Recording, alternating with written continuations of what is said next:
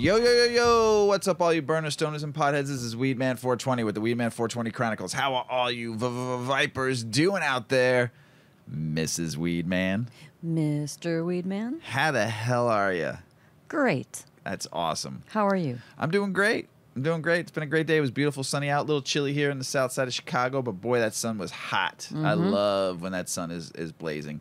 The time change, though, did us dirty. But it was great when it was 5 o'clock and it was still super bright out. And then at 6 o'clock it was still bright out. Yep. And I think even at 7 o'clock it was still sunny. The sun was up last night and tonight till about 7:45. Sweet. So yeah, it's spring. Beautiful. It's spring. Coming. It's coming. Hey, everybody out there in the world. Hopefully you're doing great. Hopefully you're smoking some big fat doinks while you're listening to the show. I'm gonna smoke by myself tonight. My smoking partner will tell you why she's not smoking tonight. So I'm gonna smoke some Orange Soul, and there's not much information about this Orange Soul. It was grown by our good friend Big Earl, and I really do love this strain because it smells like orange blossoms, like you're being in an orange field, and it's just such a phenomenal smelling strain, and I love it. It is, I would say it's more of an uppity strain. Yeah. Because I smoked it last night before we went to bed, and I shouldn't have because I was looking at the ceilings. You know, it's a good strain. It's phenomenal. It's fun. It's talkative. It's relaxing. It took all my pain away if I had in my back. So it is great for that, but not a good strain to sleep on. It's a very nice strain though in general. So it's called Orange Soul. We smoked it on the show before. I just like it. I still have a couple nugs left. So I'm gonna smoke while Mrs. Weedman's gonna tell you why she's not smoking. Yeah, well, we've had some discussions recently on the show. Some of our articles that we've covered have talked about the interference or the complications or just the issues that could happen when you have to have anesthesia and you're a cannabis consumer. So I am taking my own advice or the advice of the articles that I've read. I have a medical test that's being done on Thursday. I have to go under anesthesia. So I'm going free for, I had to stop taking my medically prescribed prescriptions on Sunday. So I thought, well, I might as well stop the cannabis too. I'm not taking any CBD. I'm not taking any THC. I'm not taking any herbal supplements, nothing. I've just gone dry since Sunday. I'll remain this way until Friday. I have my test on Thursday morning. Ironically, the last time I had, I've talked a little bit about, I have a medical condition. It's a chronic, lifelong medical condition, and it is a cell disorder. Kind of falls into the category of leukemia, but I don't have leukemia. But it gets treated with companion chemo drugs. So it's kind of intensive. I have to have a lot of follow-up doctor visits and things, and my health has to be monitored. Overall, I'm okay, though. And the medication is working for me. So this is a test, a repeat test that I have to do to monitor some things. And it's been frustrating because I've wanted to take at least some herbal supplements. I can't because of this other medication I take. But I'm not even high and I'm going off subject. The last procedure I had when I woke up from anesthesia, I call it a procedure, it's a test. When I woke up from anesthesia, I was across from the nurse's station at the hospital, and she goes, "Oh, Sleeping Beauty, nice of you to join us." And I was like, "Oh, hey, what's up?" And she goes, "Girl, they gave you a lot of drugs." And I was like, "They did?" She's like, "Yeah, you had a lot. I'm surprised you're even up yet." So I kind of thought about that when I read that article a couple episodes ago about THC interfering with the efficacy of anesthesia. Well, maybe that's why they had to give me so much anesthesia, because the night before that test, I was probably blazing. I was probably getting stoned so I could sleep well. And so I'm just curious to see what happens tomorrow. Hopefully they don't give me the doses that they've given me on past tests. Above the legal limit. It's too much. Above the legal limit. Yeah. So it'll be an interesting thing. Yeah. I'll mention to them that I've not taken any THC for 4 or 5 days and see what they say. But I'll get back to you. On our next episode, I'll give everybody an update and see if there was any difference. But I'm taking the advice of the articles and the research that we've read, because there has been quite a bit of it in the media lately about some findings. Yeah, I read another THC article today that I'll probably talk about on the next episode about anesthesia and using cannabis. So, and doctors are warning people, be careful. Well, I thought it was even interesting that my doctor doesn't even want me to take my prescribed medications. I didn't know, because she's an oncologist, and she made it sound like if my medication comes from a specialty pharmacy. So this pharmacist calls me and checks in on me frequently. And one of the main questions they always ask, have you missed any days of your medication? So I thought, if it's that serious that they constantly have to monitor that I'm taking every single dose of my medication, how weird is it that now for 4 days I don't need to take it? Right. It's strange, you know? Very and that's strange. why I'm not a doctor, because it's not supposed to make sense to me, right? Let my doctor do their job. Just interesting. Very interesting. Yeah. Very interesting. So when she said don't take your medicine, your prescribed medication for 4 days, I was like, well, then maybe I really shouldn't take or consume THC. Your other medicine. Yeah, my real medicine. Yeah, your real medicine. The medicine that makes me feel really good. And the medicine that makes you go to sleep, helps you go to sleep. That helps me sleep. Yeah, you're sleeping the last Oh few my nights. gosh. Brutal. Sleeping is awful. Oh, man. Awful. I feel bad. I feel bad. So I never had issues with sleeping. So here, I'm going down this like little personal road right here, but this is good to talk about this stuff. So I had a medical condition that was diagnosed last year. On top of it, I am going through menopause, and then I started a medication. So I have these three things happening. I have symptoms from my health condition.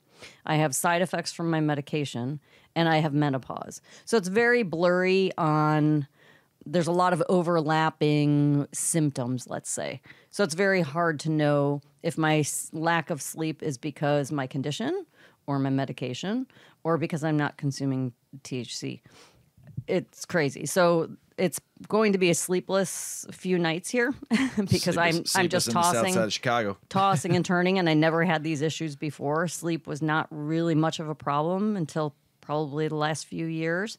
And that's where THC has helped me a lot, kind of shut off my brain at night and let me sleep. But yeah, so it's going to be a few sleepless nights here.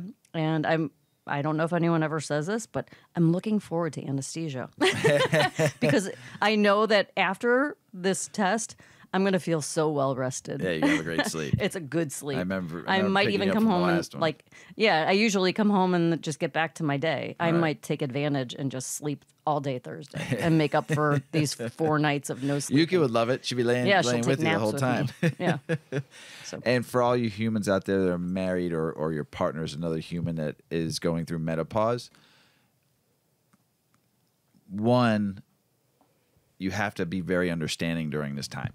I mean, you do. And the bad part about menopause is no one talks about it. nobody talks about. Nobody talks You know, about it. it's Except like, for commercials you see every once in a while. There's been radio commercials like very, very recently in the last couple weeks about this like TMV. They're making reference to all of the side effects of menopause. You know, sleepless nights, the brain fog.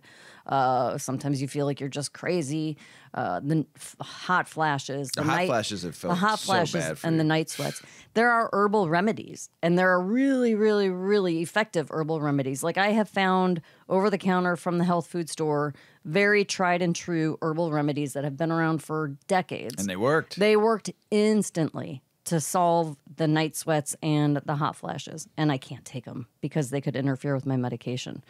So it just sucks. But for centuries, we were just talking, Mr. Weedman and I were just saying this last night. For centuries, women just silently suffer with menopause. We don't talk about it. It's kind of like mental health. Mental health is finally in this place now that we can openly talk about it and people don't like get uncomfortable shun and away. crawl inside Yeah. their skin like, oh, you're talking about things I can't talk about. We need to get there with menopause because it's equally challenging. And every woman experiences some level of it in their 50s, maybe their 60s. It sucks. Yeah. It's a long ride. So be gentle, be kind. We have no control over it. Right. And I've been with you during this now you had it for a quick period and it went away. The hot flashes. Yeah. They it went came away and went over a couple of Now years. it's been like intense. I haven't seen Yeah. it this intense in a while. And it just all the things that are involved, not only just the hot flashes and the sweats, but everything else that comes with it. Be supportive. It sometimes it's trying. It is. But I just look at it as, hey, listen, if I had some kind of condition, my human would take care of me. So that's what I always say to myself, like, listen, you have to be there for her, your human, and make sure that you are supportive. It's a tough road. That's all I can tell you. Mentally prepare yourself for it. Research it, like in the next couple of years. You're saying as the spouse or as the companion of somebody going through menopause, partner, just try to learn about it. Yes. And I've listened to Mrs. Weedman talk about it and give me information of what's going on with her. So I do my best to be, there's days where I'm just like, it's hard. You know, it is sometimes. It is. I'll be 100% honest with you. It is hard sometimes. But you know what? Because I love you, and I go with it as much as you need me, you know, to be with you at those moments. So the brain fog too, I know sometimes. And it's the hard. brain fog is also a side effect of it. Is one of the symptoms of the condition that I have. So again, it's like, is the brain fog because of my cell disorder, or is the brain fog because you get double whammied? I am double. I'm triple whammied because then my medication can cause brain fog too. My medication can cause like complete psychosis. I said the other night, strokes, all sorts of fun stuff. We were in bed the other night and you were having a hot flash and we were talking and I said I feel bad for you. I said I feel for you. I said I can't feel what you're feeling, but I feel it's not fair because you're going through two different hard things right now: menopause and your cell disorder, and you're getting whacked with the medication you're taking. And I just said it's not fair. Yeah. It's not. Well, life isn't fair. No. Right? Get used to it, right? That's what I always say to the kids. Life's not fair. Get used to it. I'm all right. In the big picture of things, I'm walking, I'm talking, I'm functioning. Mr. Weedman's the one who has to suffer. I mean, I hate to use the word suffering because if you looked at me, I'm fine, right? You wouldn't know that all these things are happening. So I would say that Mr. Weedman does get the brunt of me complaining or having moments of just feeling like complete crap. He's the one that gets to hear about it. I'm here for you. When you walk out the door and you go to work, you put the smile on, right? And you're not going to talk about all this stuff, right? So thank you, Mr. Weedman. Yeah, you're welcome. But it's just about being partners, right? Right. You go through it. You need to roll with the punches every day. Well, if you had problems, I don't know if I do. No, I'm joking. You know that. I know. I've only had one issue in my life. Only one? One. What? One. I had one surgery once. Oh, like one medical thing. And I took total advantage of it. I laid on the couch for 4 days and I made you go get me frozen peas, if you all know what I'm talking about. So I milked it. I ate bad food for 4 days, watched sports and anime. Iced your anatomy. Yes, with frozen peas. And Miss Weedman, go get me some Arby's and go get me some frozen peas. Oh my God. I ate bad food. I said, I'm going to take. I did. Took advantage of it. That's funny. Life is funny. I milked it. I did. We are watching a new show. We're on episode 4 of it now. White Lotus. It's great. I have not seen you this binging a show, want to watch episode after episode in a long time. Well, it's just the preliminary character buildup in shows just is so engaging to me. Yes. And these characters aren't very complex. They're just normal people doing their thing or normal dysfunctional people doing their thing on a vacation. I just feel like there's something big is going to happen. Something big did happen, and it made me not like the show. It made me upset. I was like, I can't believe they're doing this. I really like the character. But even bigger thing, you could just feel the tension and the something's ready to. Yeah, and I'm so curious about what it is. I have not seen you want to binge a show like this since Moira. Oh God, Schitt's Creek. Schitt's Creek. My God, I love that. That's the show. last time I've seen it. We were watching 2-3 episodes a night. You can't that show. You cannot get enough. 100%. But that was the last one I've seen you want to. And that was just fun. The dynamics of those yeah. characters were just perfect, amazing. Yeah, oh my Moira. God. Oh my God, she was awesome. And David. Yeah. I really I want him to be my brother. I don't have any brothers. I would like David to be my brother. Can someone make that happen? Yeah, right. You ready to get the show started? Yes. Let's do this. Sad day for the for cannabis community, sad day for cannabis science, sad day for just all of us around the world. If you follow Dr. Raphael Michelem, father of cannabis science, dies at 92. But wow, what a good life. What a great I wonder how life. much of that can be attributed to cannabis. He didn't use cannabis. He never used He only cannabis? tried it once. What? Only tried it Why once. was he and his so wife passionate his about wife made a brownie, and him and a bunch of his scientists ate it, and he felt funny for it, and just was watching everybody the whole time. And that was a lot. As far as I know, I didn't know that. That was the part. last, because I watched an interview with him that was done like 3 or 4 years ago. They asked, and He was a researcher. Oh, But, yeah, 100%. But you would think with he all only of wanted his to years try it of once, so research- he knew what he was researching. He wanted to know the feeling of it all. So, but let's talk about him. So, the renowned cannabis scientist Raphael Michelem died at 92. The news comes from friends and colleagues who have shared their condolences and tributes. An associate professor at Technion, Israel Institute of Technology in College, Michelem said the following in an online statement on March 10th.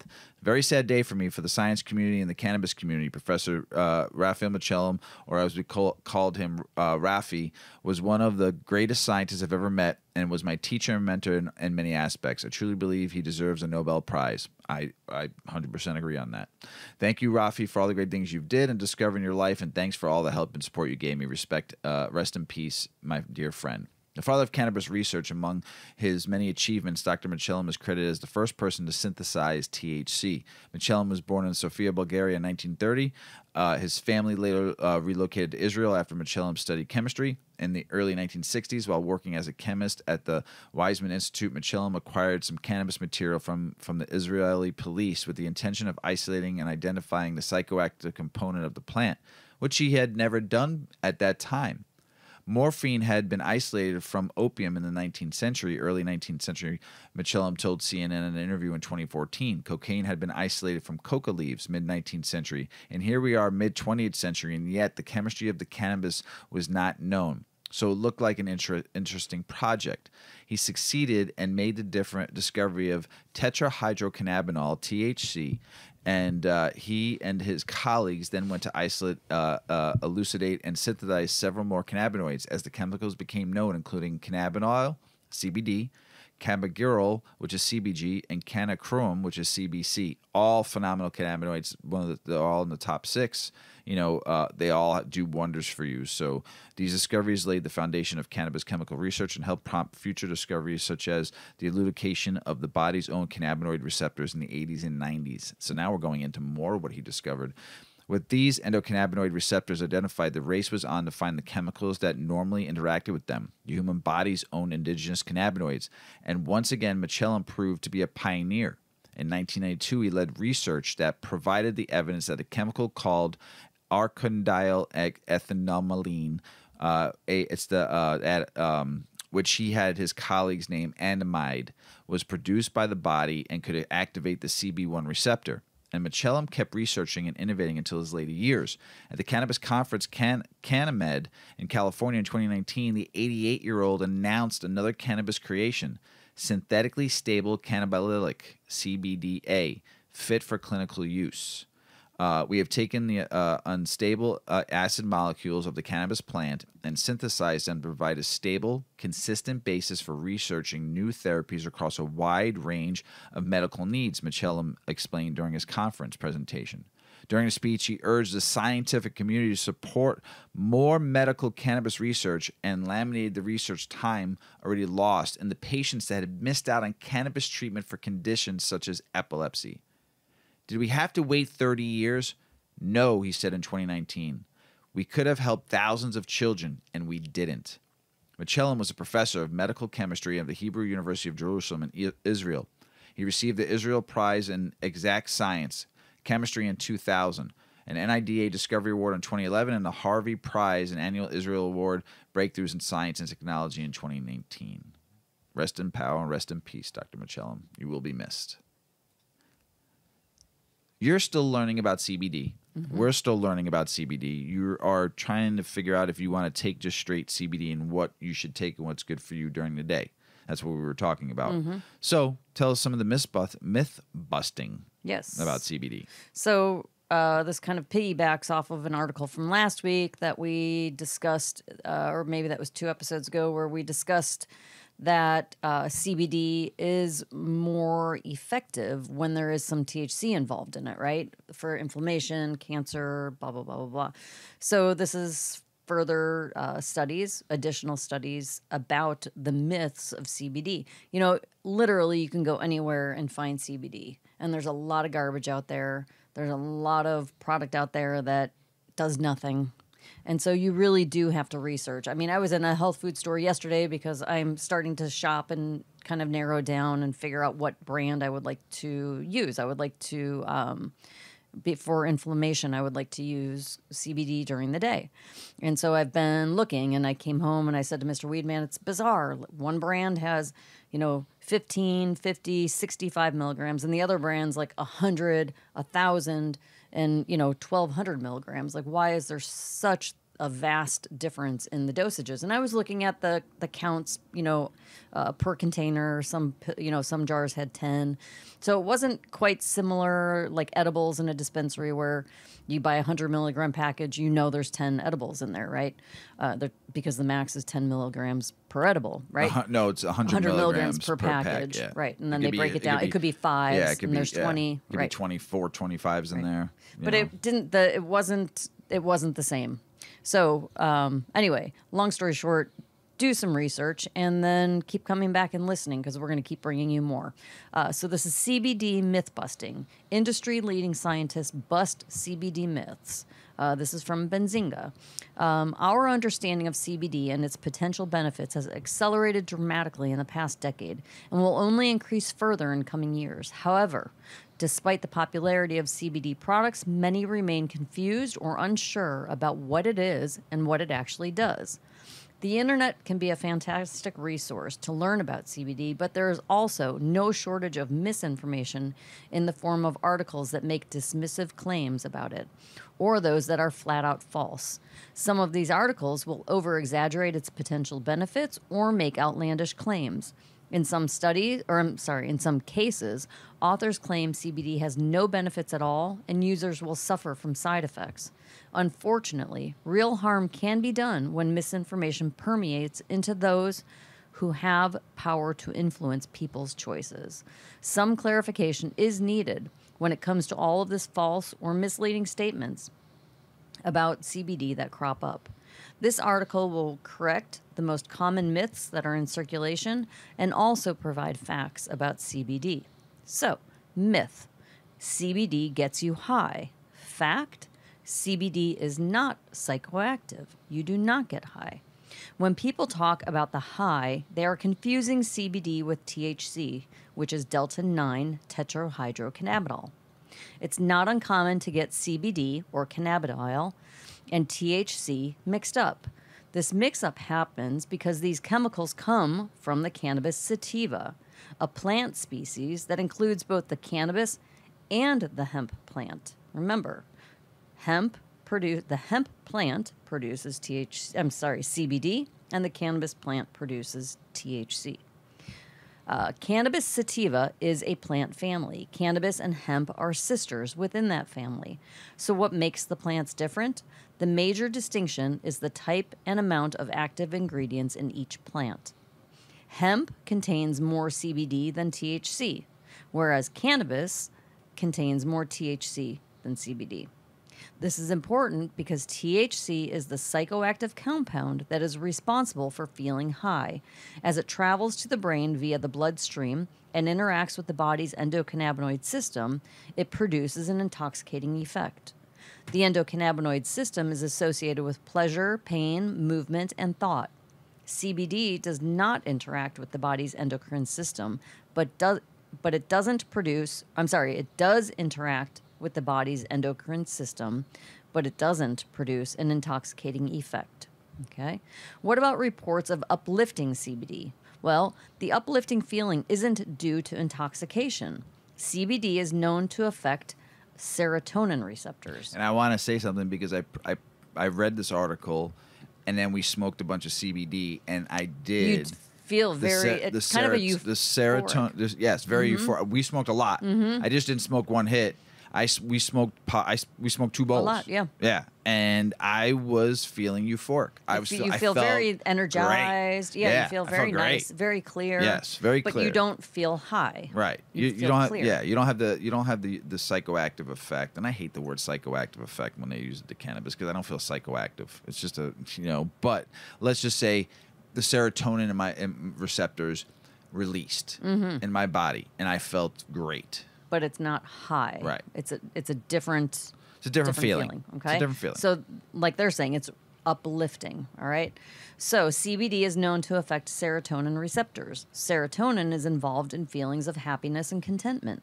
The way CBD can modulate serotonin receptors is likely the reason for its stress-reducing effects. However, more research is needed, of course, to understand exactly how it accomplishes this. All right, here's another myth. CBD is addictive. Fact, CBD is not addictive. Addiction is defined as a compulsive need to use a substance and an inability to stop. The majority of addictive substances work by targeting the pleasure centers of the brain, which means to experience more pleasure or avoid withdrawal symptoms, a person must carry on consuming the substance. Another characteristic of an addictive substance is the need to use more of it to produce the same effect. While some substances can lead to dependence, the World Health Organization, which my oncologist refers to all the time, it is the standard for physicians. This is their Bible. The World Health Organization states that CBD exhibits no indicative effects of abuse or dependence in humans. Yay. This could be because CBD doesn't produce intoxicating effects. All right, another myth. CBD is illegal. Fact, CBD legality is a gray area. I will tell you, they now are marketing CBD in health food stores with a CBD THC ratio because the hemp plant does have a small amount of THC in it. So they're now labeling the package, which is so confusing and crazy because how is it in a regular grocery store or health food store or, you're seeing THC on a label of something? Kind of blew my mind. Anyway, CBD derived from hemp contains lower than 0.3% THC. This means that it is not illegal, right? And hemp is also not a controlled substance. However, anything over 0.3% THC is classed as illegal. So I guess, in that sense, they can say So just THC so you is all in there. know, there's specific plants out there that are grown for that THC level because I've been smoking CBD that is about 12% CBD and about 3% CBD THC. So that's coming from a cannabis That's plant. that's coming from a CBD An industrial plant. hemp plant. It's not. It's just a straight It's a CBD, CBD plant. Yep.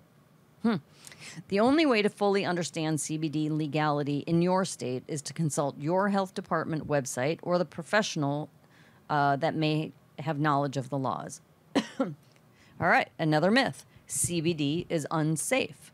A fact. CBD is generally considered safe at low doses. CBD products are well tolerated by most people. Hemp-derived CBD doesn't contain THC and therefore will not produce a high. CBD's medical and health applications are being actively studied. However, more research is still needed. There are some potential side effects of very high doses of CBD, including dry mouth, diarrhea, reduced appetite, drowsiness, and fatigue. And there are potential interactions between CBD and other medications. This is why it's very important to talk to your doctor for advice if you're taking a medication and want to try CBD. A qualified medical professional will help determine the best dosage for you and take into account your medical history. And it's unclear if CBD is suitable for children. Another myth, CBD doesn't work. Fact, CBD provides support for many aspects of your well-being. Evidence shows that CBD supports your well-being and may help lower excess cortisol. Some preclinical evidence shows that CBD can help with sleep and minor pain.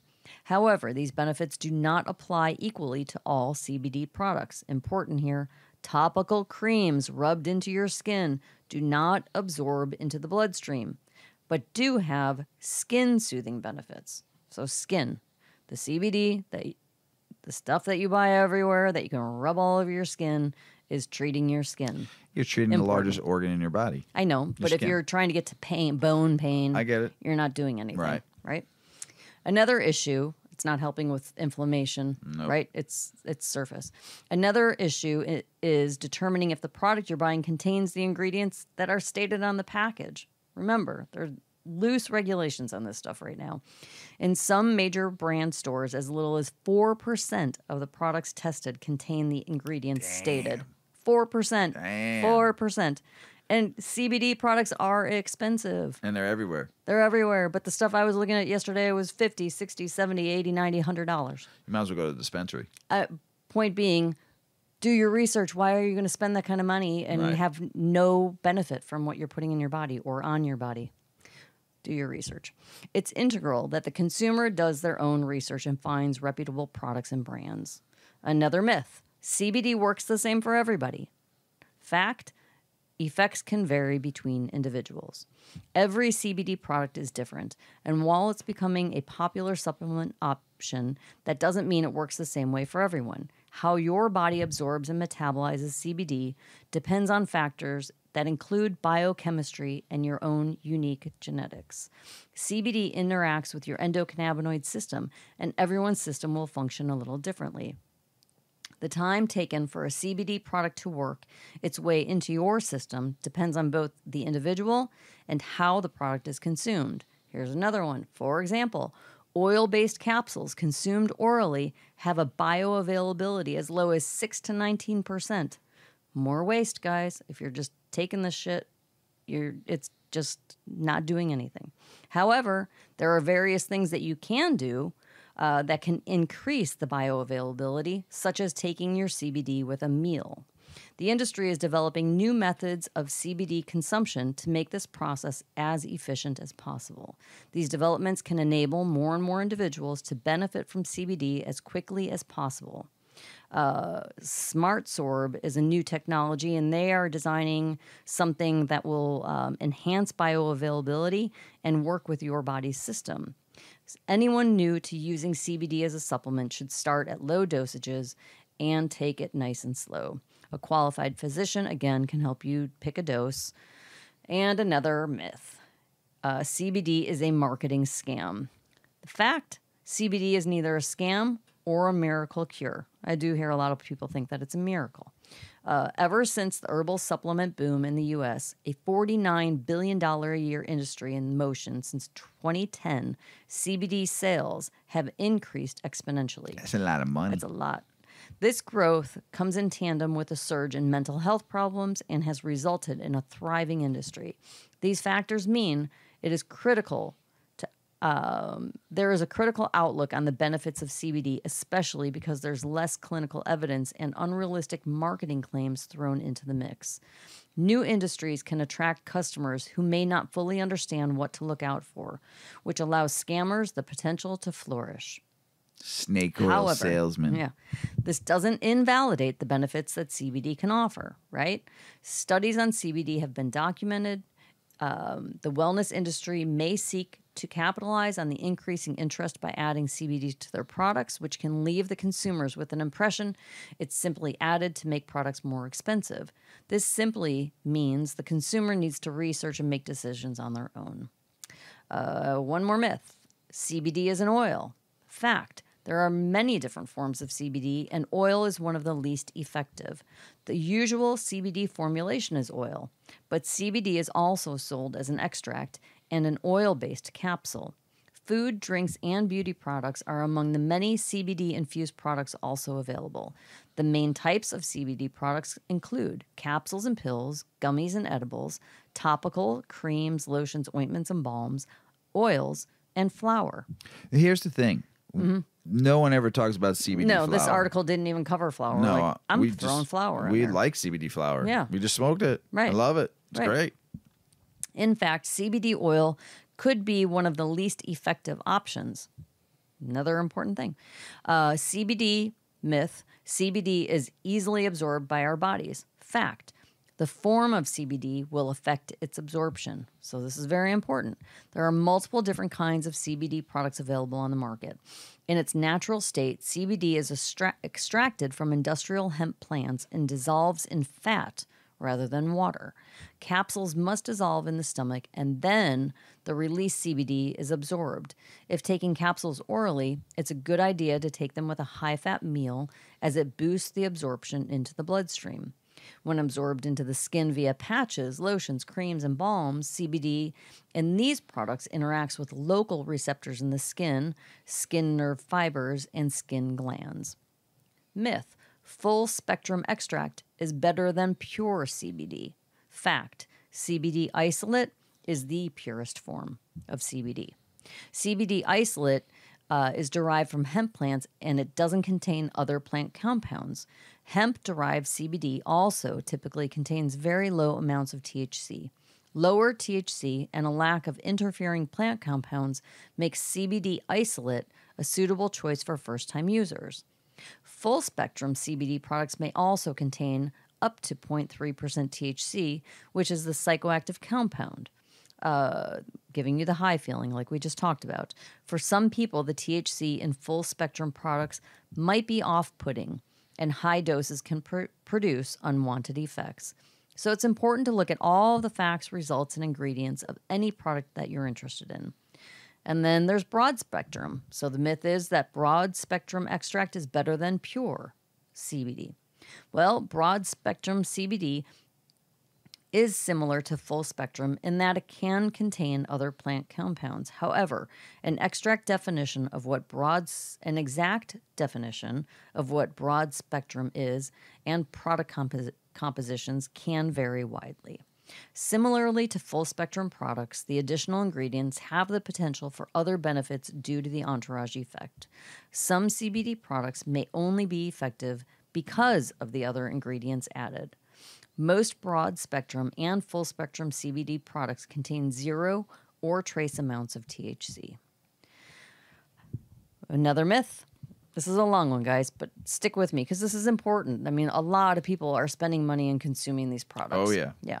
So, another myth, there is no clinical research on CBD. Fact, we are continuously learning more. There is an increasing body of scientific literature available that is learning more and more about the benefits and effects of CBD. Hemp-derived CBD is much easier to study, and this is leading to huge progress in our overall understanding. Credible CBD studies have been published, and they're available to any individual through PubMed, the Multi-Digital Publishing Institute, or MDPI Open Access, and other similar resources that provide access to scientific literature. Research is key. While more research is needed from reputable scientific authorities to determine the full effectiveness of CBD, it's also important for consumers to do their own research. The available body of scientific literature on CBD is growing by the day, and this does allow consumers to make better choices more suited to their health and their needs. So, look for some of that research. If you don't want to use THC and you don't want to use cannabis, but you value the plant and you want to start consuming CBD, obviously, after that article alone, it's worth your while to do a little reading. Mm-hmm. Illinois weed revenue takes a hit from Missouri pot retailers, where first month sales boomed. So we talked about this on the last episode. Missouri opened up full rec. Recreational sales kicked off in February, several days, and only to garner $71.7 million in the first month of sales. Overall, with med and rec, it was $102 million. Wow. That's huge. Missouri wanted some weed. Missouri is taking business from some people, too. By comparison, during the first 6 months of legal cannabis sales in Missourians purchased $38.5 million worth of cannabis. That was just when it was just med. So in Illinois, following the launch of adult use cannabis sales in January 2020, users bought $39 million worth of recreational cannabis. Illinois February sales took a hit, as we talked about. So they were down about 5.8%. It's a lot. Illinois. Yeah, that's a lot. And that happens whenever a neighboring state changes, because right now people were coming across state lines from Indiana, Missouri, Iowa, Wisconsin to Illinois to get their rec and their Wisconsin will still come down, and you're still going to get people from Indiana, but a lot of people from Illinois are going to Missouri now, and a lot of people from Illinois are going to Michigan. Right. That's what I was saying. Like, yes, when you are a legal state, your neighboring state residents are going to come to you to get their weed. So now that has changed for Missouri, they're not going to bother coming to Illinois anymore. No, more people are going to go there. Taxes are cheaper. Prices are cheaper. Yeah. So if you're over the border over there, those border stores are going to get knocked out. Feel bad for them. Nevada cannabis prices going down despite rising inflation. You're going to start seeing price compression in a lot of these states that were high priced. More than a dozen congressional lawmakers demand transparency in cannabis scheduling review by Biden administration. More than a dozen bipartisan congressional lawmakers sent a letter to top Biden administrative officials on Thursday demanding transparency in the ongoing cannabis scheduling review that the president directed last year. This all has to do with the banking. This has to do with a lot of stuff. So, I mean, it's just like, who knows? It's just back and forth. Maryland House okays recreational cannabis framework bill, which is awesome, and they're going to have start being sold in stores as soon as July 1st, they said. It's not as quick as Missouri did it, but it's pretty quick. Fast. Yeah, pretty quick compared to like what New York did, and they just screwed themselves. So it's going to be a while before New York get their shit together on getting these dispensaries opened up and getting all of the bodegas that are selling it, So this is crazy. 70% of Florida voters back cannabis legalization. Okay, so when you get it back on the docket in 2024, because I think you're at 420,000 signatures, and you need 800,000 signatures to get it on the ballot again. So this 70% would win the vote. So you better fucking go to the polls. I don't care if you vote for anything else. Just go to the polls and vote for this then, if you're that serious about it.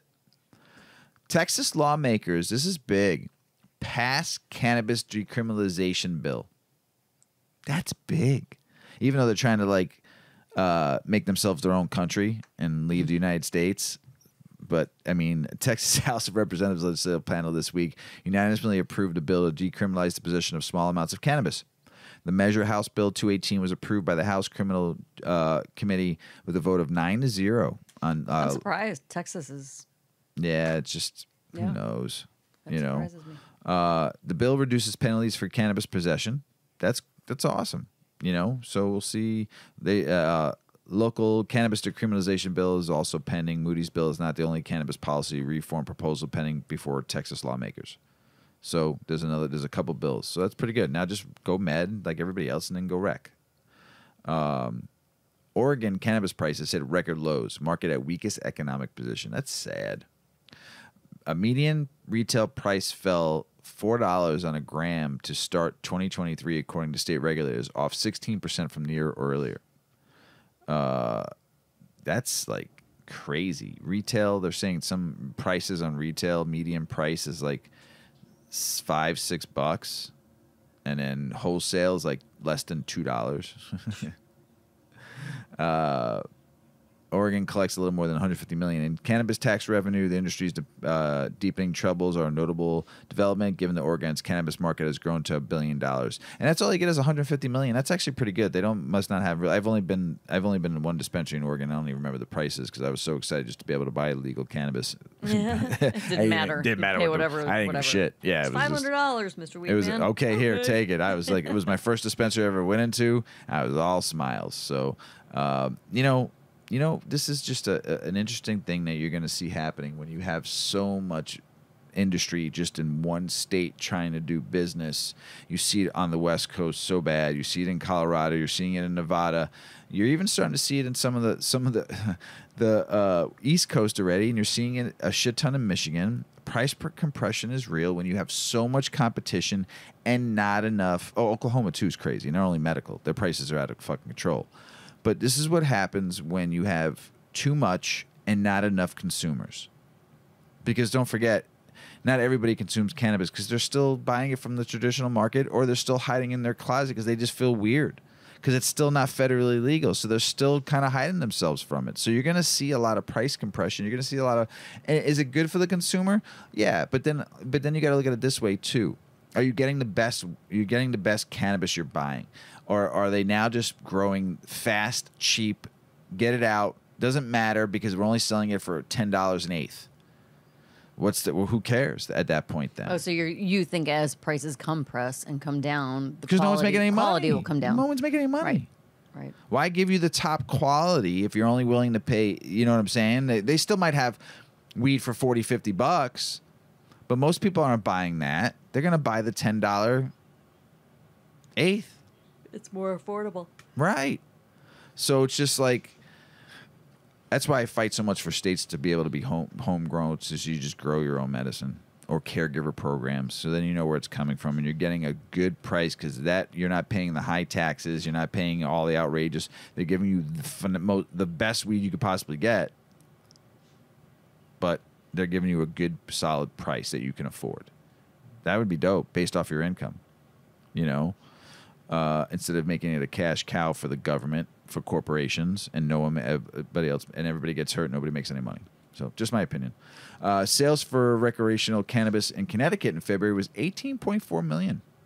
Not bad, not bad. So, I mean, for I don't even know what the population is, but that's pretty good. The UN, there's a bunch of stuff being thrown out by the UN right now, and they're pointing fingers at the United States. They're pointing fingers at the United States about having it not federally legal here, and the states are running it. But here's this first article, and I'll read the other one on the next episode. I'm stoned. I'm very stoned. I'm watching Mr. Weedman like I'm making motions at him like I'm rubbing my eyes. It feels wonderful. Sleepy. It feels wonderful. You look like you're so relaxed and calm right now. I told you this strain is really nice. Yeah. It just doesn't put me to sleep. The United Nations Drug Control Board says legal cannabis has health risks. The warning of negative health effects and psychotic disorders with legalization. I mean, come on now. I mean, who is running? I mean, is United? Why is even the United Nations even around? It just to me, it's like why. They also worry that legalization violates the 1961 Single Convention of Narcotic Drugs. Well, first. You need to change 1961. It's not 1961 anymore, Sherlock. You think after 62 years of evidence dispelling reefer madness myths, the UN would have an updated view. But alas, they repeat the mantra that cannabis is highly addictive and liable to abuse because you're not researching and having anybody you're hiring to do studies, of course. As per the convention, it has no scientific or medical use. Can you believe they're still saying that? In all jurisdictions where cannabis has been legalized, data shows that cannabis-related health problems have increased. Where? The UN's International Narcotics Control Board said. But what exactly is the data showing? UN legal cannabis has risk, but what are they? The UN says legal cannabis has adverse risk and cities' data to support these claims. But what are the risks? According to the global busybodies, the most concerning effect of cannabis legalization is the likelihood of increased use, particularly among young people. Well, actually, that's a lie because they're showing in states that are now recreational use has gone down. For young kids? For young adults and young kids. But the UN's legal cannabis risk also involve children who have accidentally consumed cannabis products like edibles. Okay, they've also consumed alcohol, and I don't see you saying anything about alcohol or sneaking into parents' cigarettes and smoking cigarettes. I don't see you saying anything about that either. Of course, the data is skewed to legal states since a parent can take their children to the hospital without receiving criminal charges. That's actually not true. You can receive criminal charges in certain states if your children does consume cannabis. Yeah. And even if they control for this, more children accidentally ingesting edibles is not a valid argument against criminalizing adults who choose to consume cannabis. We wouldn't reconsider alcohol prohibition, as they said, as I just mentioned, because kids get into the liquor cabinet. So if this was the UN's only concern about legal cannabis, would safety ignore them? Public health busybodies concerned about children accidentally ingesting cannabis are nothing new. However, the UN goes further. It says that most concerning effects of legalization is the increased use, even among adults. They're concerned that legal cannabis products lowers the perception of risk of the negative consequences involved in using them. Listen, stay out of people's homes, first and foremost, UN. The UN is worried about the trivialization of legal cannabis risk. The INCB president said the expanding cannabis industry is marketing cannabis-related products to appeal to young people. Nope, that's a lie. And this is the major cause for concern because in most states there's laws that you cannot exploit anything cannabis to kids, so they're lying. UN says there are legal cannabis risks. According to the UN, between 2000 and 2018, global medical admissions related to cannabis dependence and withdrawal increased 8-fold. Have you been having withdrawals? No. Exactly. They also say statistical evidence from Colorado, United States, show that fatal traffic accidents with drivers under the influence of cannabis nearly doubled. And no, that's a lie. We've shown that actually decrease in fatal traffic accidents with cannabis. So that's another thing they're lying about. Correlation versus causation. Statistical evidence often shows a strong correlation between two variables, but does not necessarily mean one variable caused the other. Policy decisions based on correlation alone may not be practical or have unintended consequences. Misleading data. Statistics can be manipulated or presented as dishonest, leading to incorrect conclusions and poor policy decisions. For example, almost every study on fatal traffic accidents and cannabis consumption uses a biased sample or selectively chooses data to support an anti-cannabis conclusion, 100%. Incomplete data research can limit statistical evidence through the availability of data. Government policy decisions based on incomplete or insufficient data can lead to poor outcomes. Confounding variables. Other factors may influence the outcomes observed in the data. Failure to account to these confounding variables can lead to incorrect conclusions and effective policies. Ethical concerns. Oh, my God. What about the success of cannabis legalization? While no state or country has gotten cannabis legalization right, it is clear that not criminalizing people for the plant is a step in the right direction. That's what the writer is talking about. So it goes pretty further. How useless is the United Nations? This is what the writer says. On a scale to 1 to 10, how useless is the United Nations? I'd say 11 or 12. The UN drug report is also concerned about a surge in cocaine production and trafficking. It's been like that forever, man. Come on. So the UN also blames the opioid crisis on illegal manufacturing and increased drug smuggling rather than illegality in substances. If I set to achieve a goal in 1961, by 2023, the result was worse than before. I'd have to say some serious soul searching, but not the UN. So, man, they're outdated as fuck up there. So, I don't know. It's just so outdated. They're just trying to me, it's more just trying. Scare tactics. Right. It's terrible. You know, stay out of, man. Get out of here. I just don't know what to say anymore. This is a good article. This is really good, Mrs. Weedman, and I love these writers. I've read a lot of their articles, not on the show. I think this is maybe the first or second article I read from them. So just connections in cannabis. Tell us about it. Connections in 5 ways to create and cultivate commercial connections in cannabis by Grown In. Yeah. Are you high? No. Oh. That wasn't my next article. So, but we're going to go to it anyway. 5 ways to create and cultivate commercial connections in cannabis. This is from Grown In, and Grown In is a nice platform for cannabis networking and resources. And this is by Brad Spearson. One of the great joys and benefits of working in any ascending industry, such as cannabis, is the opportunity to continually serve as a teacher to others while learning from the expertise of those who arrived before you. Beyond any appreciation of the plant and its self-evident benefits to our health and well-being, most of us entered the cannabis industry after feeling stagnation in our previous line of work. It's nice to have a new professional mission, in this case, mainstreaming cannabis. Having worked within and built professional networking organizations for the early internet, mobile applications, and educational technology industries, I picked up a few things that may help you in your journey.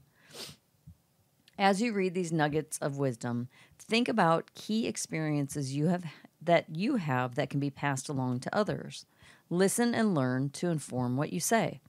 Remember that as human beings, we have 2 ears and 1 mouth. While there will be countless opportunities to share with others why you are in the cannabis industry, there is tremendous value in learning from the experience from others on parallel paths or who may have arrived here before you. Whether it's dealing with uncertainties from state and municipal regulators who are also navigating new terrain, representatives from financial institutions willing to do business with those who produce and market federally illegal product, or so-called legacy operators, are more attuned with the culture of cannabis than leading corporations driving the industry. There is so much to learn from others facing the same challenges, opportunities, and ambiguities that you are. Own your expertise. Any craft, competency, or mastery you develop over your career will be applied to your cannabis journey over time.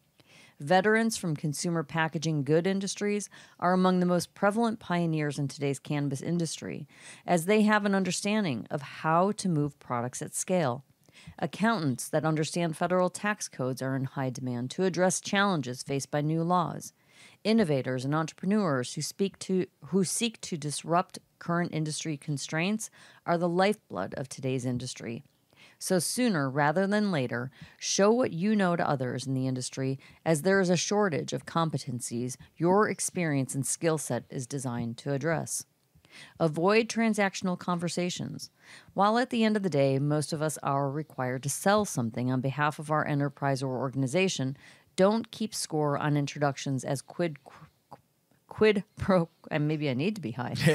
Don't keep score on introductions as quid pro quos in cannabis, because it can be a real buzzkill. If a peer at an organization thoughtfully requests an introduction to a grower and purchasing decision maker in your network, extend the introduction with no expectation of a return. This is a small industry where everybody talks. Your reputation and ability to advance in the cannabis industry at this stage in particular is predicated on how kind you are to others in the field. Do your homework.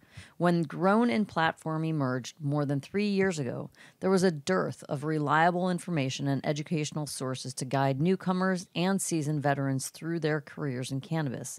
Now, there is a wealth of newsletters, industry associations, and professional events, some with consumption, that instruct and showcase how things work in the industry. There is even a cannabis innovation lab to tap into. And be joyful. Amidst the creative chaos and capital constraints of the current cannabis industry, it's sometimes easy to forget how fun and rewarding it is to work in weed. Seriously, if you're not having a good time working in the business, you may want to find something else to do. There's adventure, intellectual fulfillment, creative tension, and the potential of significant financial upsides in building an industry from ground up. Most importantly, there is the opportunity to work alongside people just as crazy as you. So have fun. I still say the bud tenders bring the experience. Yeah. Everybody else, meh. Meh. Meh. Well, they're the face of the business. But they're the ones that keep the culture they keep alive. Everything moving. But they keep the culture alive. Thank you, bud tenders. Tend tenders. I read a lot of their articles, and we had to skip 2 articles because we're running long. I put that together after. Yeah, after you yelled at me. I get it. Well, no, we have, I just didn't know. I was confused. I gave you the hand motion, but I was like, what does that mean? What does this mean? Up and down jerk off motion, we're moving on. moving on. But I wasn't catching on to your cues. I was like, he wants to have sex confuse you right now? Did I do the wrong hand motion? Oh my goodness. Sorry, everybody, on that one. We were running pretty long from the, and I really wanted Mrs. Weedman to talk about that CBD, and I knew how long it was going to be, but it was important. Yeah. As more research, you've heard us talk a ton about CBD and THC, but as more research does come out, we will keep on giving you more information. Give you more information. The more you know, right? The more you grow. That's it, man. International news. Latinx cannabis community unites in New York City to advocate for legalization in the Dominican Republic. I don't even know why it's not even legal in the Dominican Republic. That's just, to me, it's crazy. It should be. Mexico grants first license for cannabis cultivation.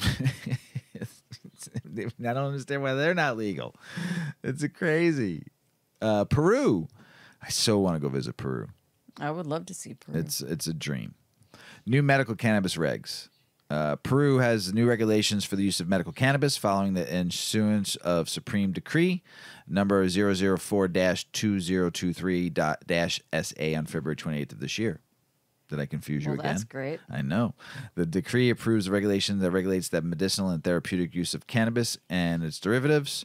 The regulation implements the provision law number 30681 and law number 31312. Good for you, Peru. So that means if it's used for just overall just making you feel good, that means I can come down there and I have medical issues and I can use it because it makes me feel good. Right? Basically. Great. We're going to visit Peru. Jamaica, 128 small cannabis farmers targeted for support Why not all the farmers? All of them. But if there's 128 support now, and there's another 128 later, support them. I mean, Jamaica, you've been doing it for a long time. I mean, it should just be totally free there. You know, freedom, free the plant in Jamaica first. Woody Harrelson. Yeah. He's been in a lot of good movies. He has. A good TV show we all watched when we were younger. Cheers. Where he got his start. Mm-hmm. White Man Can't Jump. Great movie. And then a lot of his other movies that he's been into. What's the one with the bowling? Oh, man. Kingpin. Kingpin. Oh, my God.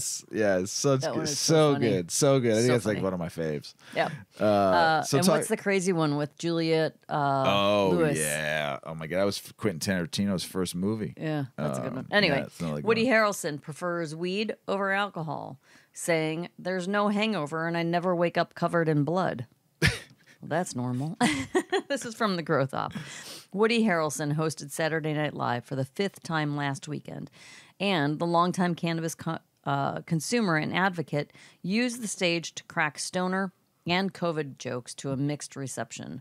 The 61-year-old, whose latest movie, Champions, is set to debut next month, said the last time he appeared on SNL in 2019, he visited Central Park the next day to blaze a fatty and read through the craziest movie script. Before getting into the details of said script, Harrelson offered up a few reasons why he prefers cannabis over alcohol. "The reason I like herb more than alcohol is because it makes me feel good. No hangover, and I never wake up covered in blood," he said. I've never woken up covered in blood because of drinking.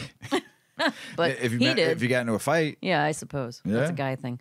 Regardless, I have decided to quit smoking pot altogether, and I'm sticking with it until after the show. Returning to the script, Harrelson said it depicted a scenario where the biggest drug cartels in the world get together and buy up all the media and all the politicians and force all the people in the world to stay locked in their homes, and people can only come out if they take the cartel's drugs and keep taking them over and over, he said. I threw the script away. I mean, who was going to believe that crazy idea? Being forced to do drugs? I do them voluntarily all day. The monologue earned praise from Elon Musk, while other social media users dismissed the monologue as anti-vax nonsense, per the Los Angeles Times.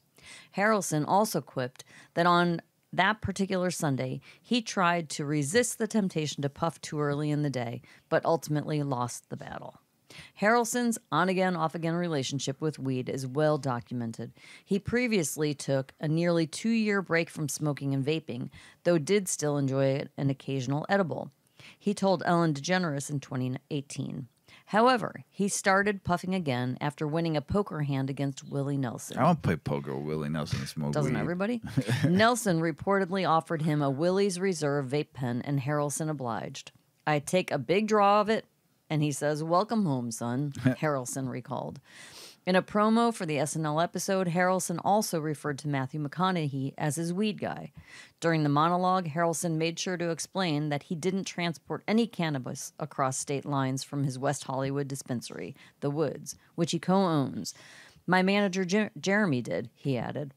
Harrelson, a member of the National Organization of Reform on Marijuana Laws, National Organization for Reform of Marijuana Laws, or NORML.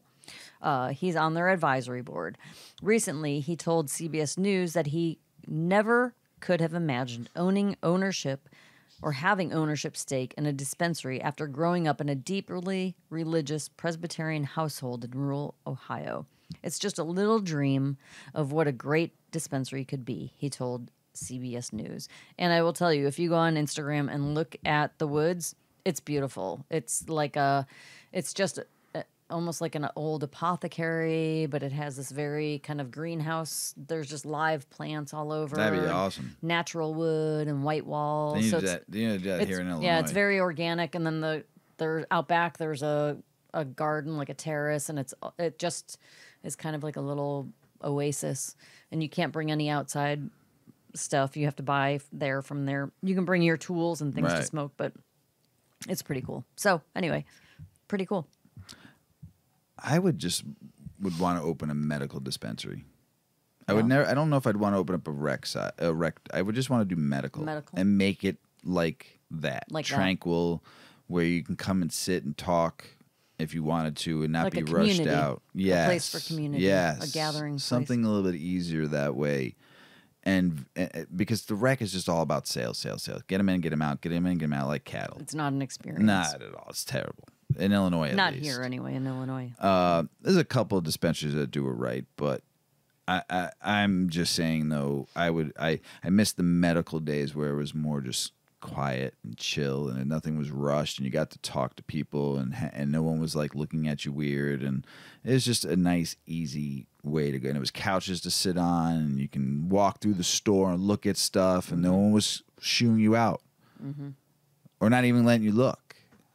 You know, I would just I see like on social media, I do see people shopping in dispensaries in other states, and they're just like they're in a store. Right. They're browsing, they're touching things.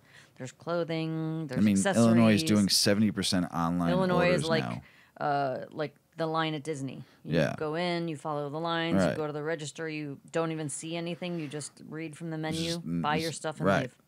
Yeah, it's just not fun. I would just want to own a cool medical dispensary and just make it a vibe. And what Illinois has done here is just handcuffed everything, because you could have cannabis experiences if you let people have the experience. Like, you can make it tranquil, you can make it There's candle. a few dispensaries now that are opening smoke lounges. Yes, they are. But being able to smoke inside the dispensary, like not have to go to a separate room. You know, make it like, I'm not talking about rec. I'm just talking about med. You know, and make it tranquil and beautiful and play. It just, to me, it just go in and chill and vibe. You know, and just, maybe I'm too high for that, but right now, but to talk more about it. But Heavy Metal Magazine. It was a heavy metal movie when I was a kid in the 80s. It was like one of the first, like, I remember watching a couple late 70 anime, but this was like the first HBO anime cartoon that I watched, and it was like just like total like cavemanish rockin', like just raw barbarianism and stuff. It was crazy. So, but I guess they're starting their own brand between the comic book, the heavy metal movie in 1981. I loved that movie. What was the movie? Heavy Metal. Oh, that was the name of it. Yeah, now it's a magazine and it's, you know, so much more. But I remember just watching the movie so many times on HBO, and then, you know, you go get a VHS tape from the place down the street, you know, and you bring it home and you watch it 20 times, because when you're a kid and there's yeah. And then you bring it back late and you had to pay more money. Right, but also the movie had half naked women in it when you're like 8 years old. Pretty fun, right? Pretty fun. We're like, I'll watch that but not 10 only, more but times. they're riding on giant moths and like with big barbarian swords fighting, and there's So I mean, at 8 years old, you're like, damn, this is fucking awesome. What am I seeing right now? 100%. I don't even know. So, but good for them. You know, it was a good movie. It reminds me of my childhood. You know, so man, that's the end of the show, Mrs. Weedman. You did pretty well for not being high. I'm proud of you. You did pretty well for being really high. I'm stoned. It's great. Stony baloney. I feel wonderful. You're just in a groove. I am groovy. I need to go play some good funk right now before I go to bed. Oh, shit. You got anything else to say? Everybody, have a wonderful week. Anybody that's in California and Nevada, where all that crazy snow, and I think it's now head over to the East Coast. Massachusetts is getting nailed. Stay safe. Yeah. I hope you're all right. Yep.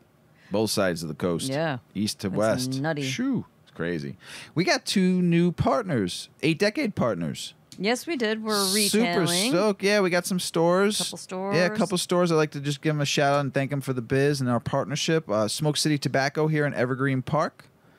Thank you so much, Jose. We really appreciate you, the partnership. And then a new partner, Fumar in Wicker Park, 1655 West Division Street.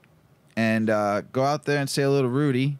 And they have, you can see the 8 Decades tray set, smoke set, and you can see the jars there. And 2 new partners. Pretty stoked. Fun. So thank you for supporting 8 Decades and Mrs. Weedman's baby. My baby. And yeah, we haven't really gone much out into stores and but we're starting to, and we appreciate it. And thank you so much for our partnership together. So check us out if you want to go see the stuff, not just online at 8decades.com. Go to the stores and check them out. Touch them, feel them, hold them, ask to see them. Buy them. Buy them. Yeah, even better. Feel free. Yeah, it'd be great. So Yeah. thanks our new partners, and we appreciate you both. Mrs. Weedman, anything else before we go? I think that's it. That's it. Hey, everybody Good out there in the show. world, we love you. We love you. Peace be with you all. As Paulie always says, smoke smart. Puff, puff, and away. Puff, puff, pass.